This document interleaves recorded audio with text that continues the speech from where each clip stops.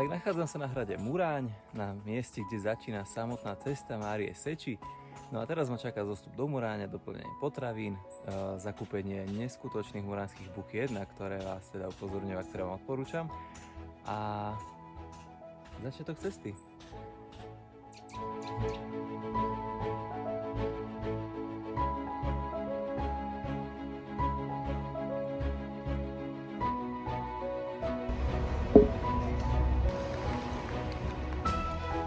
Hneď z Muráňa začína cesta stúpaním do Muránskej Lehoty a následne pomedzi ovce pokračuje stúpanie až na Salaš a na najvyšší bod dnešného dňa.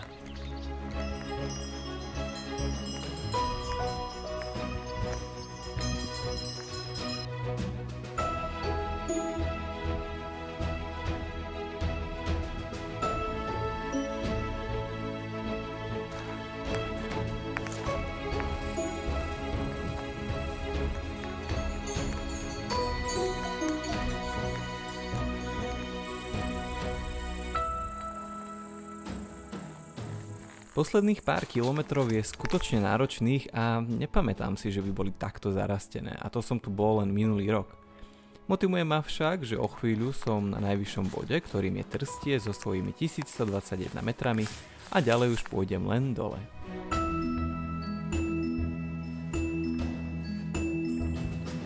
Pod Trstím stojí novopostavená útulňa, pri ktorej som plánoval prenocovať, a tak som sa venoval hygiene a príprave jedla, no a samozrejme oddychu. Milé prekvapenie prišlo za sumraku, keď sa objavili dve slečny z Brezna, Ivka a Katka, ktoré tu tiež chceli nocovať. Boli nabalené naľahko, no napriek tomu si niesli dostatočnú zásobu jedla, s ktorou potrebovali pomôcť. Rozhovory nielen o prírode pokračovali takmer do polnoci. Ak sa budete niekedy nachádzať pri Štefaničke, možno práve Ivka vám pripraví vynikajúci langoš. No a teraz vám musím ukázať tú najúžasnejšiu vec na tejto chate. Teda, akože ona je celá úžasná, ale táto drobnosť, ja dúfam, že to bude vidieť. To je presne vončo.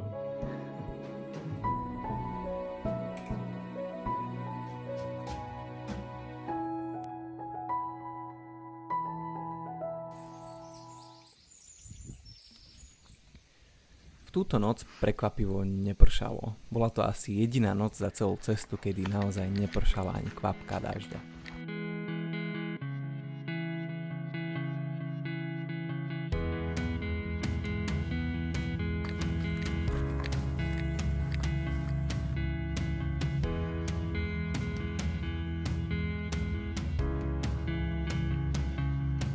Druhý deň mi do cesty priviedol na miesto ovečiek kravičky.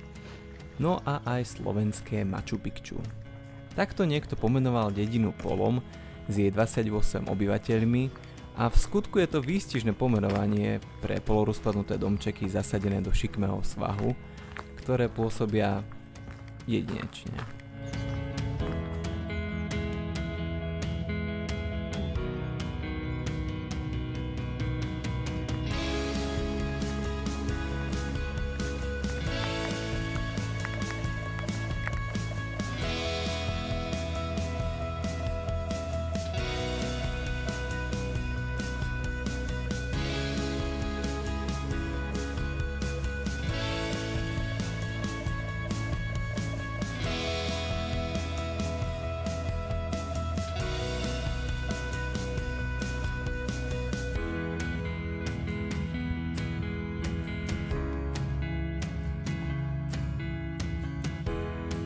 Po obednej prestávke sa však začal ukazovať veľký problém s cestou Márie Seči v tomto regióne.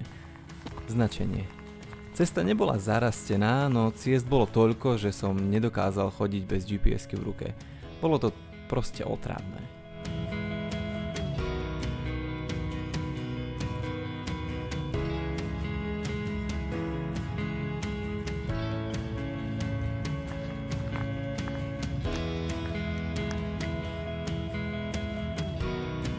V tejto časti cesty som sa síce nepredieral cez nejaké husté lesy, práve naopak šiel som cez polia a lúky, kde prebiehala veľmi intenzívna žatva, no napriek tomu, že už bolo popoludní, slnko pieklo tak, že som sa cítil ako nejaká špekačka na grille, a samozrejme v obci Horné Zahorany nemajú krčmu, takže som ostal bez občerstvenia.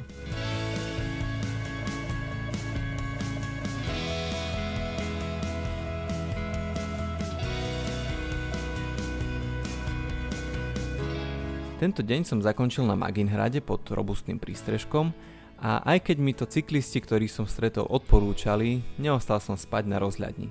Ako sa neskôr ukázalo, dobre som urobil.